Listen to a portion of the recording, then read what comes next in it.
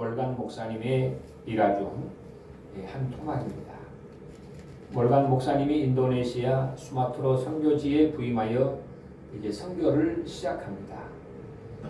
그러나 시간이 지나고 많은 노력을 기울인데도 거기에 있는 주민들이 아무런 반응이 없습니다.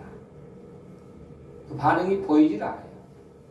그래서 2주간 작정하고 산에 올라가서 기도하기 시작합니다.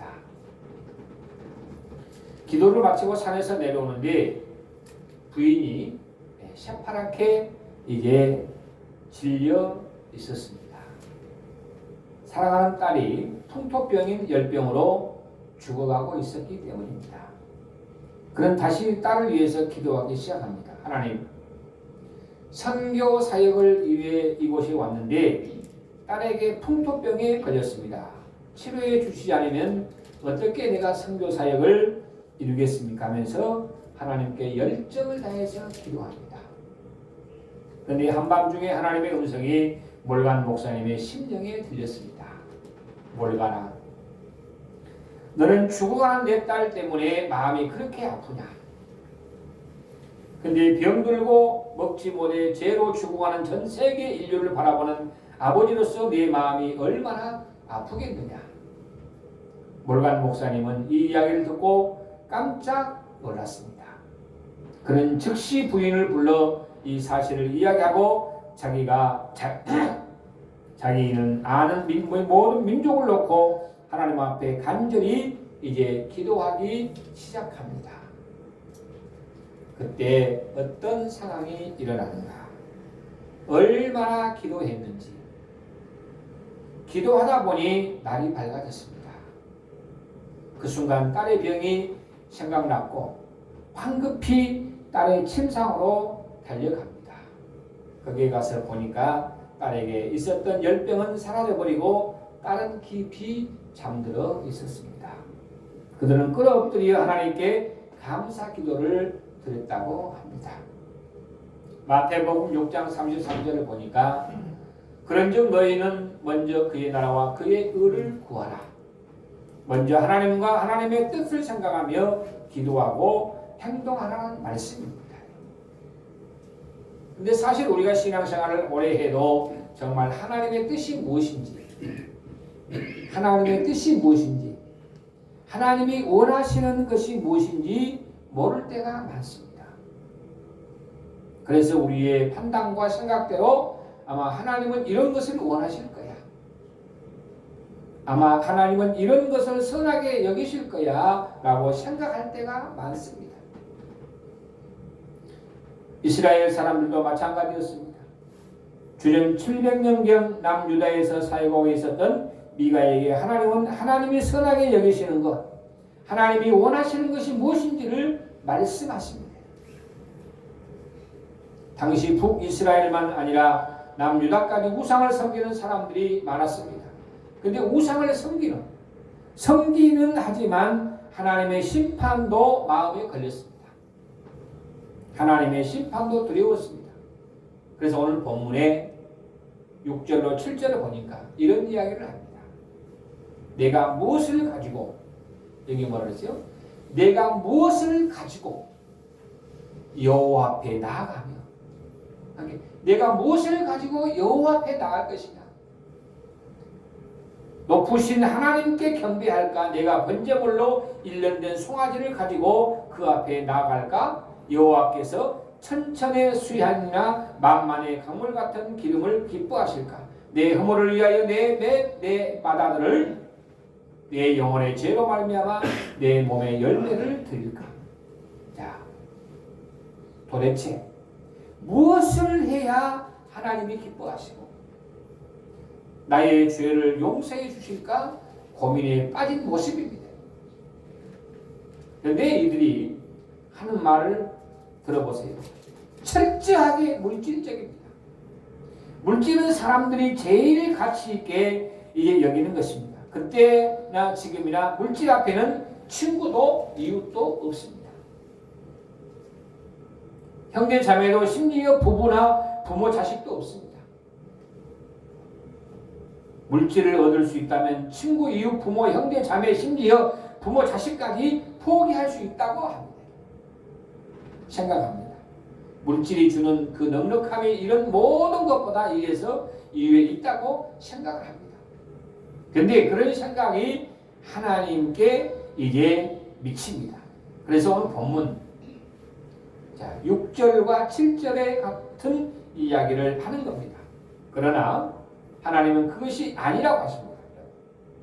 하나님은 그것이 아니다.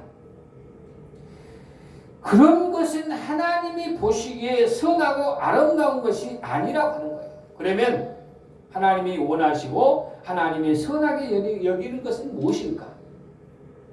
그건 첫째로 하나님이 선하게 여기시는 것은 정의를 행하는 것이라고 하는 것입니다. 정의. 그럼 정의가 뭘까요? 여러분, 정의를 이야기할 때 미국 하버드 대학의 마이클 센텔이 쓴 정의란 무엇인가라는 책을 우리가 생각을 할 것입니다. 이 책은 영미권에서 10만 권 정도 이제 팔린 책인데 우리나라에서만 해도 200만 권이 이제 이상 팔렸다고 합니다. 왜 그렇게 많이 팔릴까요? 그럼 마이클 샌델은 이제 그 책에서 정의를 여러분 뭐라고 이렇게 말을 할까요? 정의. 그 책을 읽어보면 여러 가지 이야기를 하지만 결국 정의는 없다고 하는 겁니다. 정의는 없다. 그럼 왜 정의가 없을까요? 사람에게 정의는 자기가 생각하는 정의이기 때문입니다. 그래서 이 샌델 교수는 모든 사람이 공감할 수 있는 정의를 찾아야 한다고 말합니다. 그러나 그것은 불가능한 일입니다. 사람마다 자기의 생각하는 정의가 있습니다. 정의가 다릅니다. 그 이유는 기준이 없기 때문입니다. 아니, 기준이 있기는 있습니다, 여러분. 그런데 문제는 그 기준이 자기 자신에게라는 데 있습니다. 자기 자신의 마음에 들면 정의가 옳은 일이지만은 자기 마음에 들지 않으면 정의도 아니고 옳은 일도 아니라고 말합니다. 사사시대를 보세요. 사사시대를 특징 짓는 말이 무엇입니까? 그때 이스라엘 왕이 없으므로 사람이 자기의 소견에 오른 대로 행하였도다라고 이제 말합니다. 왕이 없다는 말은 법이 없다는 말이에요. 법이 없어요. 즉 기준이 없다는 말입니다. 그래서 자기 마음대로 뭐예요? 이렇게 자기 생각대로 옳은 대로 살아간다는 거예요. 그러다 보니까 나라가 엉망이 되고 맙니다. 내 생각대로, 내 방법대로, 내 계산대로 살아가는 거예요. 근데 디모데후서 3장 16절에 보니까 모든 성경은 하나님의 감동으로 된 것으로 교훈과 그 다음에 책망과 그 다음에 바르게 함과 의로 교육하기에 유익하다 그랬습니다. 또 시편 119편 105절은 주의 말씀은 내 발의 등이요 내 길의 빛이니라 라고 말씀합니다. 성경은 우리에게 기준이 있다는 말씀합니다. 그것이 바로 하나님의 말씀입니다. 그런데 많은 사람들이 기준을 자기 자신으로 삼습니다. 그래서 자기 뜻대로 이제 산 거예요. 그런데 성경은 육신의 생각은 사망이라고 말씀합니다. 로마서 8장 7절에는 육신의 생각은 하나님의 원수가 되나니 이는 하나님의 법에 굴복하지 아니할 뿐 아니라 할 수도 없음이라고 말씀합니다. 자기 생각을 자기 뜻을 기준으로 삼으면 안 된다는 것이에요. 근데 사사시대처럼 사람들은 이제 그렇게 생각하고 그렇게 살아갑니다. 뭐예요? 심지어 성경을 공부했다고 말하는 신학자들이 성경을 배웠다는 교육자들이 성경과 정반대의 이야기를 하는 사람들이 얼마나 많습니까? 그래서 요즘 문제되는 차별금지법에 찬성을 합니다. 차별은 놈 세상을 만들자는데 누가 반대를 하겠습니까? 그런데 그 안에 동성애자를 차별하면 안 되고 그런 차별하는 사람을 벌하겠다는 독소 조항이 들어있어서 반대를 하는 겁니다. 어떤 분들은 동성애 법을 적극적으로 찬성합니다. 동성애 모임에 가서 축복기도 한다고 합니다. 여러분. 왜 그럴까요? 성경을 보기는 보는데 결국은 자기 생각을 가지고 보기 때문입니다. 내 기준에다 모든 걸 맞추어 버려요. 여러분. 그러니까 결국 누가 이해합니까? 자기가 이해입니다. 자기 생각이 이해입니다. 여러분, 무엇이 정의이고 또 무엇이 옳은 일인가? 하나님 말씀이 정의고 하나님의 말씀이 옳은 겁니다. 그런데 말씀은 저리 가버리고 내 생각, 내 방법, 내 계산을 맞추어서 이제 이야기를 하고 만다는 것이에요. 그러니까 우리도 하나님이 선하게 여기는 것이 정의를 행하는 것이고 하나님의 말씀대로 올바로 사는 것임을 우리는 알아야 합니다. 근데 그 정의의 기준 뭐예요? 올바로 사는 기준의 사람의 말이 아니고 그 누구의 말도 아닌 성경 66권의 하나님의 말씀입니다. 그래서 하나님은 말씀대로 사는 사람을 찾고 말씀대로 사는 사람을 선하게 여긴다 그랬습니다. 지금 이제 옛날에 이 복음성가가 나오기 전에 찬송가만 불렀어요. 우리 교단의 통합 측에서는 원래 복음성가는 못 부르게 합니다. 아니 뭐라는 거는 이 복음성가를 지금 많이 불러가지고 시대가 이렇게 이제 바꿔져 가기 때문에 부르는데 저는 복음성가 잘 안 불러요. 그런데 이게 뭔 거예요? 복음성가를 세상의 유행에 맞추어서 만들었다 해가지고 그러니까 지금 성경도 뭐예요? 옛날에 그대로 있는 말씀 그대로 나와야 되는데 성경을 좀 단어를 좀 바꾸고 알아먹기 쉽게 만들고 이렇게 자기의 기준을 맞추어가지고 이런 부분들이 물론 좋은 방법을 따라서 해야 되겠죠. 근데 있는 그대로 나눈 것이 좋더라. 오늘 그 다음에 두 번째는 인자를 사랑하는 것입니다. 오늘 본문 8절을 보니까 뭐라요? 하나님이 선한 것이 무엇인지를 이미 보여주셨다고 말합니다. 하나님의 말씀을 기준으로 삼고 여러분 하나님의 말씀을 기준으로 삼고 살아가는 것이 정의롭고 사는 것이고 옳게 사는 것임을 이미 보여주셨다고 말합니다. 이미 보여줬다. 그러니까 성경은 이미 다 예언을 해버렸어요. 예언했고 다 말씀했어요. 그러니까 뭐예요? 그리고 또 보여주신 것이 있는데 하나님이 선하게 여기시는 것은 인자를 사랑하는 것입니다. 인자. 구약에서 인자라는 것은 좀 어려운 단어인데 히브리어로 말하면 헤세드라고 합니다. 헤세드. 이 말은 하나님의 절대적인 사랑입니다. 하나님의 절대적인 사랑으로 큰 사랑이자 능동적인 사랑을 여기서 뜻합니다. 그래서 누가복음 15장에 보면은 집 나간 아들을 생각하는 아버지의 사랑을 뜻합니다. 아들이 그 아버지의 재산을 이제 미리 달라내 가지고 밖에 가서 자기 방법대로 자기 계산대로 자기 또 계획대로 다 이렇게 해보았지만은 그 아버지가 주는 재산을 다 탕진하고 말잖아요. 탕진하고 이제 어때요? 배가 고파서 돼지에 나오는 그 찌꺼기를 먹으면서도 그러나 내가 아버지 것을 탕진하고 말았는데 내가 집에 가면은 어찌할까 우리 아버지가 나를 어떻게 받아줄까라면서 이미 자기 생각에 사로잡혀 버렸어요. 자기 생각에.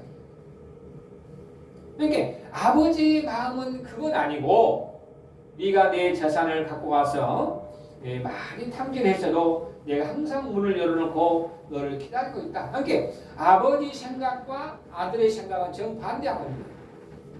그것이 하나님의 사랑이거든요. 이게 돌아올 때 아들이 돌아왔을 때 아버지는 굉장히 엄청나게 이렇게 따뜻하게 아들을 이제 맞이하는 것을 봅니다. 그 재산은 저리 가라야 돼요.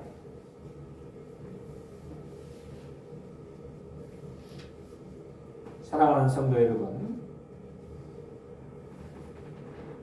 우리의 삶이 참으로 힘들고 어렵지만 우리는 어때요? 아버지가 아들을 대문을 열어놓고 기다린 것처럼 우리 주님께서도 죄인된 우리를 기다리고 계셨고 내 기준에 맞추지 말고 주님의 기준에 맞추어서 살아가라 하는 말씀입니다. 얼마나 많은 경우에 사랑이라는 이름을 무리하게 행하는지 여러분, 사랑이라는 이름으로 하나님께 무리합니다. 그래서 하나님은 신명기 15장 11절에서 하나님의 이름도 함부로 부르지 말라고 하십니다. 너는 내 하나님 여호와의 이름을 망령되이 일컬지 말라. 나 여호와는 내 이름을 망령되이 일컫는 자를 죄 없는 줄로 인정하지 아니하리라. 그런데 하나님 앞에 얼마나 무례합니까 우리가? 또 다른 사람에게 얼마나 무례합니까? 나보다 사회적 지위가 낮다고, 돈이 없다고 얼마나 무례합니까? 그러나 하나님은 우리에게 하나님의 마음으로 사랑하라고 하십니다. 하나님의 마음으로 사랑하라. 그래서 하나님의 마음으로 사랑하는 것은 사랑받을 대상을 배려하는 마음입니다. 자, 주님께서 우리를 사랑하신 것이면서 공치사하거나 이제 잘난 체 하십니까? 여러분, 아닙니다. 주님은 그렇게 하시지를 않으십니다. 잘난 척 하시지도 않아요. 내가 너를 그렇게 사랑하니까 내가 좀 잘난 척 해야 된다. 우리를 먼저 생각하셨고 우리를 먼저 기억하셨으며 우리를 배려하셨습니다. 다만 우리 주님은 내 마음을 다하고 목숨을 다하고 뜻을 다하여 하나님을 사랑하고 내 이웃을 내 자신과 같이 사랑하라고 말씀하셨습니다. 사랑하게 되면 어때요? 모든 것이 이쁘게 보입니다. 좋게 보인 거예요. 그 다음에 세 번째는 겸손히 하나님과 행하는 것입니다. 오늘 판문 8절에 보니까 하나님은 선하게 여기시는 것 중 하나가 겸손하게, 그래 뭐예요? 하나님과 행하는 것이라고 말씀합니다. 여기서 중심이 되는 단어가 바로 뭐예요? 겸손입니다. 일반적으로 겸손과 연결되어 보면 사람들은 대체적으로 세 가지 형태를 보입니다. 뭐예요? 하나는 전혀 겸손하지 않는 태도입니다. 그건 뭐예요? 교만한 태도입니다. 또 하나는 겸손을 떠는데 태도가 있습니다. 이것은 사실 겸손하지는 않는데 겸손해 보이려고 합니다. 겸손해 보이려고. 겸손을 가장한 뭐예요? 교만입니다. 겸손을 가장한 교만. 또 하나는 진짜 겸손한 태도입니다. 그건 뭐예요? 주님은 우리에게 나는 마음이 온유하고 겸손하니 나의 멍에를 메고 내게 배우라 라고 말씀하셨어요. 그럼 주님이 얼마나 겸손한 걸까요? 빌립보서 2장 6절로 8절 이렇게 말씀합니다. 그런 근본 하나님의 본체시나 하나님과 동등됨을 취할 것을 여기지 아니하시고 오히려 자기를 비어 종의 형체를 가지사 사람들과 같이 되셨고 사람의 모양으로 따라서 자기를 뭐라 그랬어요? 낮추시고 죽기까지 뭐라 그랬어요? 복종했다. 아니 자기 자신을 완전히 낮추시고 죽기까지 복종하셨으니 곧 십자가에 죽으십니다. 자기의 모든 것을 다 버리고 낮아지셨다는 겁니다. 그래서 죽기까지 낮아지셨다. 겸손은 이런 겁니다. 그래서 겸손은 자기 자랑, 자만감, 자존심 등 모든 것을 다 버리고 이제 내려놓는 겁니다. 자존심을 말하면 이미 겸손하고는 거리가 먼 겁니다. 많은 사람들이 겸손을 말하지만 진실로 겸손하지 못한 이유가 무엇입니까? 겸손을 가장한 교만을 가지고 있기 때문입니다. 진짜 겸손한 것이 아니라 겸손을 떨기 때문입니다. 그런 사람은 자기 안에 교만이 시퍼렇게 살아있습니다. 다른 사람 앞에서는 겸손한 척 하지만 돌아서는 자존심을 말합니다. 나를 뭘로 보고 말하는 것인가? 내가 이 정도 사람인데, 내가 지금까지 이렇게 왔는데, 내가 이런 사람인데. 그래서 교만이 돌풍이 납니다. 그런데 정말 겸손한 사람은 그렇지는 않습니다. 언제나 친절합니다. 언제나 남을 자신보다 귀하게 여깁니다. 남을 높여줍니다. 남을 더 내 자신보다 높이고 더 좋게 이야기합니다. 그 다음에 남을 칭찬합니다. 칭찬하는 거예요. 다른 사람을 세우는 말합니다. 세워주는 말을 합니다. 그리고 칭찬에 다른 사람을 앞세웁니다. 그런 겸손한 사람이고 그런 겸손한 사람을 하나님은 찾고 계신다는 말씀이에요. 주님도 제자들의 발을 닦아줬습니다. 먼저 제자들을 앞세웠습니다. 사랑했습니다. 그들을 높였습니다. 얼마 전 인터넷에서 서울의 어느 사회복지과 직원의 글을 보게 됩니다. 어느 날 그분이 화상으로 얼굴이 이그러질 어떤 아주머니 가정을 방문합니다. 단칸방 안에 물건이라고 밥상과 장롱뿐이었고 냄새는 참기 힘들 정도였습니다. 어렸을 때 화상으로 온몸이 이게 일그러졌는데 아빠는 계속 때리기만 합니다. 결국 견디다 못해 집을 나와 떠돌다 시각장애인 남편과 이제 결혼을 다시 하게 됩니다. 남편의 그 폭력 때문에. 그때가 그녀에게는 가장 행복한 시간이었지만 그 남편이 일찍 죽고 버리고 맙니다. 그 다음부터 그녀는 구걸하면서 하루하루를 힘들게 살고 있다고 했습니다. 그 얘기를 쭉 듣고 나서 이 복지과 직원은 아주머니의 집안을 이제 둘러보고 말했습니다. 아주머니, 쌀은 바로 보내고 또 보조금도 보낼 테니까 조금만 기다려 주세요.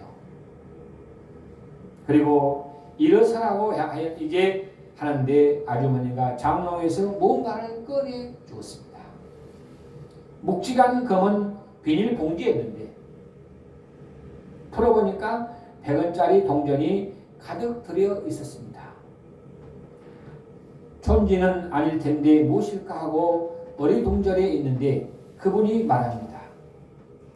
구걸하다가 1,000원짜리가 들어오면 시력을 잃어가는 딸아이 수술비로 쓰고 500원짜리는 생활비로 쓰고 100원짜리는 힘든 이웃을 돕는 데 쓰기로 했어요.